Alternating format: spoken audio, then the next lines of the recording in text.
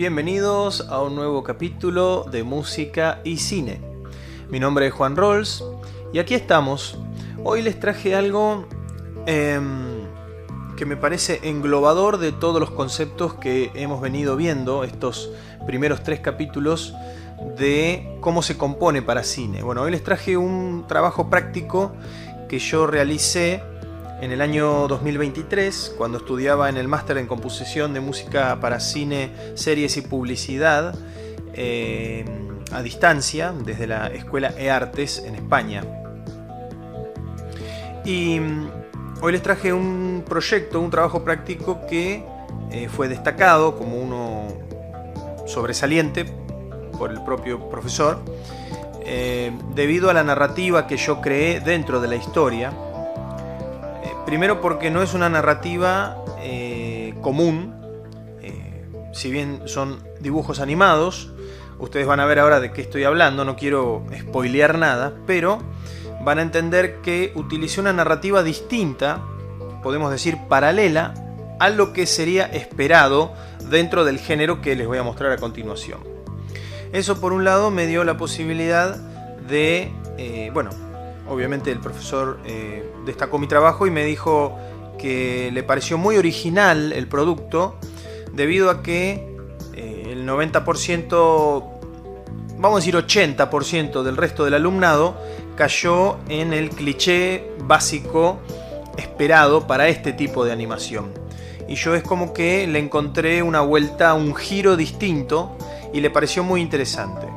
Eso por un lado. Por otro lado, a mí me sirvió en lo personal, obviamente en la parte de proyección, en el sentido de que uno siempre puede encontrar una forma distinta de hacer las cosas. No es que todos tienen que seguir el mismo camino, todos cortaditos con la misma, ¿no? Como dicen, por la misma tijera. En este caso, lo que intenté fue poner un sello distintivo, una marca distintiva en la música que yo hago, que lo trato de hacer en cada proyecto esto. No me gusta que subestimen mi música, no permito que subestimen mi música, porque siempre le dedico algo especial a mi música, y esto lo digo con mucha seriedad, con mucho respeto, porque yo creo que lo que uno hace es lo que uno es, y mi música es lo que yo soy, es decir, lo que sale de mí es lo que soy. Entonces no permito que se tome en poco, ni tampoco permito que se malinterprete. Entonces, por supuesto, uno tiene la humildad de entender que por ahí al director no le guste. Perfecto, volvemos a empezar. O si no, si me dice, mirá, sí está bueno, pero me parece muy cargado, listo, entiendo eso. Pero no permitiría, por ejemplo, un comentario de la índole de, no sé, lo que me mostraste, no sé qué quisiste decir con esto. Ese tipo de cosas me parece que no, porque si yo estoy proponiendo música, si yo soy el compositor y yo estoy llevando adelante la narrativa musical, entonces evidentemente esta persona no está entendiendo lo que estoy haciendo. Gracias a Dios no me ha pasado nunca, lo voy a decir sinceramente delante de Dios, nunca, jamás me pasó que alguien cuestionara mi música. Siempre fue aceptada, para menos o para más, pero aceptada siempre. Eso lo tengo que decir, y lo digo casi con cierto orgullo personal, de que mi música al menos siempre fue bien interpretada. Bueno, con este pequeño preámbulo, con esta pequeña introducción, empezamos el capítulo de hoy, en donde vamos a ver cómo tanto lo de leitmotivs, la creación de leitmotivs, la narrativa, como el arco dramático, ¿no? Todo lo que venimos hablando, como los hit points, shift points y pivot points o turning points, todo esto está metido dentro de lo que van a ver ahora y luego lo vamos a analizar. Así que pasamos al clip. Gohan, escúchame. No es pecado pelear por la justicia. Al contrario, eso es una buena obra.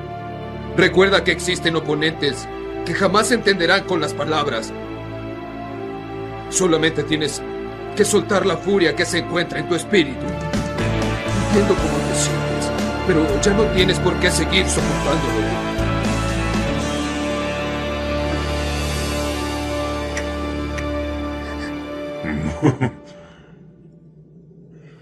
Eso fue un buen consejo. Pero déjame decirte que lo estoy haciendo a mi manera, ¿entendiste? Gohan, protege a los seres vivos y a las plantas de este mundo que tanto amé. Te lo encargo.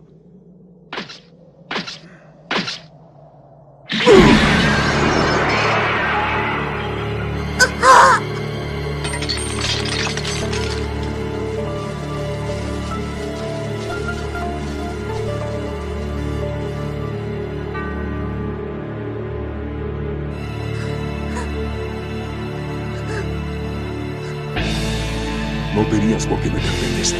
Siempre fuiste un inútil.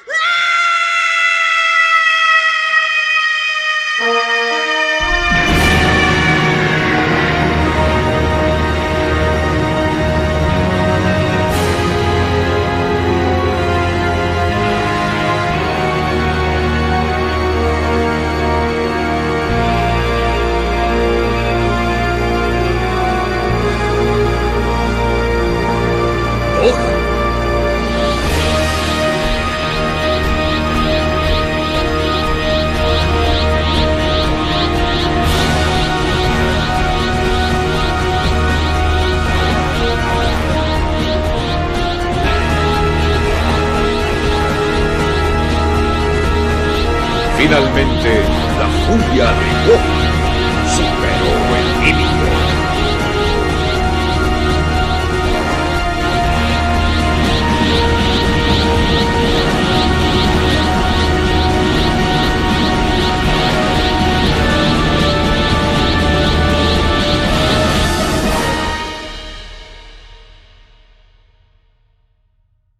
¿Se dan cuenta que primero, bueno, por ser Dragon Ball, uno esperaría un sonido, una orquestación, una instrumentación un poco distinta a lo que yo propuse? Y eso fue lo que le llamó la atención al profesor. Me acuerdo que me dijo, es fresco, o sea, fresco en el sentido de que es novedoso, pero no le resta importancia al anime en sí mismo, ¿no? Y sobre todo porque el estilo de Akira Toriyama es tan único en sí mismo que uno tiene que entender que no le puede faltar el respeto a ese mismo género. Entonces lo que yo hice fue, hago otra cosa. ¿Me explico? Vi trabajo de otros, vamos a decir, compañeros, y en algunos casos era bastante similar a lo que proponía Toriyama, y me pareció que no daba, ¿no? Por una cuestión de respeto, por una cuestión de, supongo, honor al propio creador del anime. Uno no puede atravesar ciertas, ¿no?, me parece, situaciones, por lo menos tan finito. De todas maneras, quiero que se entienda un poco lo que se fue haciendo durante el clip que ustedes vieron. Primero, cuando habla esa cabeza que está en el suelo, que es el androide número 16, lo que hace, él está dando un consejo a Gohan. Y por eso puse una música paternal, adulta, con unos cornos de fondo, casi como si le estuviera dando el consejo de su vida, ¿no? Por eso sonaba tan ominoso, ¿no? Tan con ese peso. Luego, cuando Gohan... Bueno, no voy a repetir todo de nuevo porque ustedes lo vieron, pero más o menos para que vean cómo fui creando, ¿no?, el momento. Luego, cuando Gohan está en shock y ¿viste? Está como asustado porque, pobrecito, él no era violento, él no quería la violencia, a él no le gustaba luchar y todo. Por eso se llama la furia de Gohan, porque hay algo que está retenido en él que explota. que lo vieron claramente, y que cuando explota, explota la música y explota la imagen y explota todo.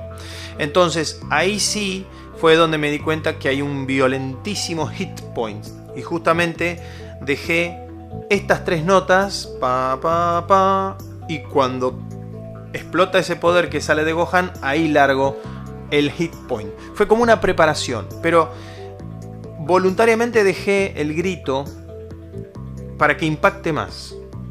No quise ponerle música a ese grito, porque hay que entender también como compositores que no podemos entorpecer la narrativa de lo que está ocurriendo. Entonces, ¿qué pasa? Si yo pongo música arriba de ese grito, primero puedo llegar a tapar el grito, y segundo, puedo llegar a ponerle una emoción que el grito no requiere. Yo puedo poner diferentes tipos de música a ese grito, ¿no? Puedo poner una música violenta, estridente, puedo poner una música melancólica, triste, y ninguna de las dos es la adecuada. Porque a veces hay que entender que la narrativa misma ocurre de la manera que ocurre. Y ese grito, que además es un grito legendario en cuanto a los doblajes, ¿no?, de anime. Hay toda una historia hermosa de la chica de Torres que hizo el doblaje. La historia cuenta que justo esa semana había fallecido, no sé cómo era, un pariente o no sé. Bueno, la cuestión es que cuando ella pega ese grito, lo pega realmente sintiendo lo que está ocurriendo, ¿no? Por eso quedó tan real. Y dicen que fue la primera toma, según dice el anécdota. Entonces, pensemos en lo siguiente. Si semejante grito, semejante estruendo, digamos, vocal, está de esa manera proyectado, no hay música que le pueda hacer honor a eso. Entonces me pareció a mí, y fue lo que el profesor destacó, que fui uno de los pocos, creo que fuimos 3 alumnos nada más, los que dejamos el grito ahí sin tocar. El resto de los alumnos puso o un platillazo o un timbalazo o alguna especie de percusión que era como que ¡ah!, y pegaba el grito. Yo decidí que no, porque a mí me parece que una de las grandes cosas de ser compositor de cine es interpretar la narrativa de lo que está ocurriendo, ¿no? Y luego, después de ese grito, me dejó justamente el silencio necesario para que cuando él explota, porque si hubiera sido que él explota en el grito, entonces la música hubiera aparecido ahí, pero él explota después. O sea, el grito es la preparación de lo que él libera luego en su furia. Y luego se ve la transformación, que él se convierte en Saiyajin, ¿no? Pero pensemos esto, la narrativa me lo estaba pidiendo, entonces yo no le podía dar algo que no me estaba pidiendo. Y esto es fundamental entender. El compositor de cine tiene que ser alguien muy medido en sus decisiones, porque tomamos decisiones segundo a segundo. Voy a destacar esto, no voy a destacar esto, a esto le voy a dar más importancia, a esto le voy a dar menos importancia. Constantemente estamos tomando decisiones en base a la narrativa, como se nos va desenvolviendo.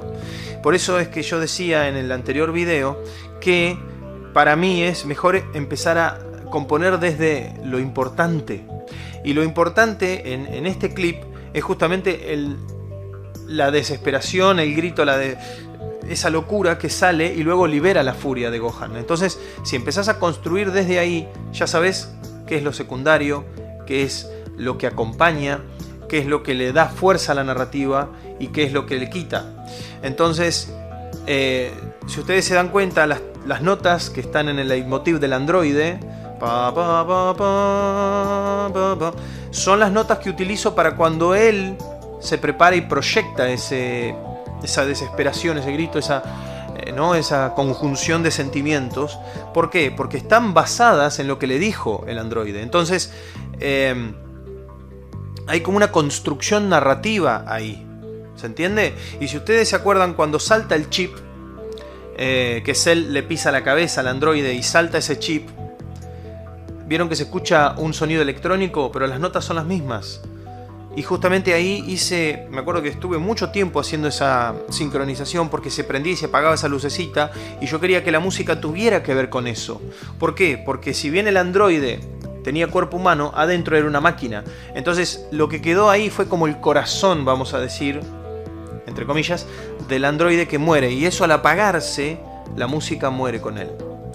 Pero luego cuando Gohan queda en esa especie de trance, donde se le cruza, vieron que hay como una paloma, un ave volando, él ahí está como recordando, como intentando procesar todas las emociones que ha vivido, y la música ahí se vuelve mucho más melancólica y vuelven a aparecer esas notas, pero en piano y con una formación más de banda, para decir, él está procesando todo esto a nivel juvenil, porque era un joven, era un niño. Entonces ahí le quise poner no una orquestación tan adulta como le puse al androide, sino una instrumentación más joven, más de lo que podría escuchar un niño a esa edad, suponiendo que estuviéramos en esa misma circunstancia. Entonces me pareció importante darle una narrativa creíble al personaje. Luego, bueno, por supuesto, aparece, vamos a decir, el malo. Suena un poco vacío, pero bueno, es él, el enemigo. Y claro, la música se proyecta con acordes de guitarra pesado, ¿viste? Esos típicos quintas de guitarra eléctrica con una buena distorsión, donde ya hay una presencia, incluso la cámara lo toma desde abajo. Me encantó ese plano, para que se vea mucho más grande el pecho del personaje y uno ve un porte mucho más, como más violento. Entonces la música no podía de ninguna manera ser blandita. Entonces le tiré unos buenos bajos con unas buenas quintas de guitarra suspendida, y sobre todo, bueno, los golpes de batería que acentuaban esa personalidad negativa. Por supuesto, no podemos dejar de lado el momento previo, que es el momento en el que él se empieza a reír, él empieza a decir cosas. Ahí tampoco hay música. ¿Se dan cuenta? Entonces no es que hay música en todo momento, hay música cuando se necesita. Y esto es lo que un compositor de cine tiene que entender, que la música no se necesita todo el tiempo, que la música cumple una función narrativa, cumple una función, vamos a decir, contextual de la historia, pero que si está todo el tiempo, resta. Y hay una ley fundamental, es una forma de verlo en la música de composición de cine: menos es más. Menos es más. ¿Por qué? Porque si uno pone más, lo más probable es que venga menos. Te va a decir el director, hay mucha música. Y entonces, si uno logra esquematizar su trabajo, ¿no? Esto está bien, era un trabajo práctico, pero imagínense que esto hubiera sido un encargo. Yo me imagino que el director ve esto y dice, bueno, hay una narrativa, hay una lógica. La música aparece y desaparece, entra y sale, tensión, reposo. ¿Se acuerdan que lo vimos en el anterior capítulo? Tensión, reposo. Genera una sensación, pero luego afloja, me genera otra, y ahí estoy, en el vamos y venimos. Claro que hay que entender que si bien son dibujos animados, tiene una narrativa fuertísima. Todo el trasfondo de Dragon Ball es una narrativa construida en una construcción no solo sentimental, sino emocional y psicológica muy profunda. Por eso yo hablaba del respeto, ¿no? A Akira Toriyama. Uno no puede hacer cualquier cosa con eso. Entonces, si bien mi trabajo nunca lo vio, porque nunca llegó a esa instancia, tampoco uno no puede decir, bueno, total, es un trabajo práctico. No, porque el trabajo práctico prepara tu trabajo para lo que vas a hacer después, cuando tengas, por supuesto, la posibilidad de hacer música para un audiovisual de verdad. Y con esto, ¿qué quiero decir? El profesor, lo que recuerdo que nos marcó fue: si no toman en serio los trabajos prácticos, no están entendiendo el trabajo. Porque un trabajo práctico no es solamente para ver si aprendimos los conceptos. No, es para ver cómo es la estética de tu trabajo. Es para ver cómo es la metodología de tu trabajo. Es para ver cómo es la ideología de tu trabajo. Cómo te manejas, cómo sos, cómo trabajas en equipo. Porque esto en realidad había que referirlo luego al tiempo de evaluación. Nosotros entregábamos las maquetas y el profesor luego nos daba la devolución, ¿no? Por supuesto. Pero claro, hay que entender que todo se hace en un contexto donde el tiempo es muy corto. Es muy corto. Este trabajo lo hicimos en una semana, porque luego había más trabajos que hacer, que más adelante mostraré. Pero lo importante fue que el objetivo del trabajo práctico, que era la narrativa, la conservación de la narrativa, del arco dramático, la creación de leitmotivs y sobre todo la sincronización entre los hit points, los shift points y los turning o pivot points estuvo lograda, y por eso el trabajo fue aprobado. De todas maneras, hay que entender siempre la parte estética de todo esto. No dejamos de ver que son caricaturas, que son dibujos animados. Entonces hay una música que quedaría muy bien con esto y una música que quedaría no muy bien. Y es ahí donde está la brecha muy finita, ¿no? Entre lo que el compositor de cine, digamos, provoca, genera o crea y lo muestra, y la devolución que nos pueden dar de la dirección. Siempre hay que entender que este trabajo primero se hace a conciencia, ¿no? Yo lo vi varias veces, hasta que finalmente entendí la narrativa de lo que estaba ocurriendo. A nosotros nos llega el clip que decía La furia de Gohan.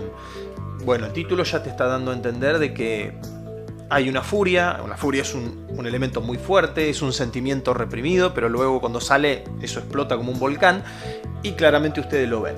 Entonces, este ha sido un poco el proceso, el tratamiento en el cual he llevado adelante este audiovisual, que para mí realmente ha sido uno de los que más he disfrutado, y en mi canal ha sido muy famoso. Fíjense la cantidad de vistas que tiene en mi canal de YouTube. Este clip, cuando lo subí, se viralizó, me sorprendió, y gracias a este clip mi canal de YouTube se hizo conocido. Con esto les digo todo. Entonces, es como que una cosa fue llevando a la otra, ¿no? Y bueno, un poco esta es la experiencia, lo quería compartir con ustedes para que vean un poco el resumen de los 3 primeros videos. Este sería como un resumen de lo que ocurre con la música de cine. Bueno, gente, muchas gracias a todos los nuevos suscriptores. Esta semana he tenido nuevos números, nuevos suscriptores, y por supuesto a los que ya están en el canal. Espero que sigan disfrutando, que sigan creciendo y que sigan aprendiendo. Nos vemos entonces el próximo capítulo.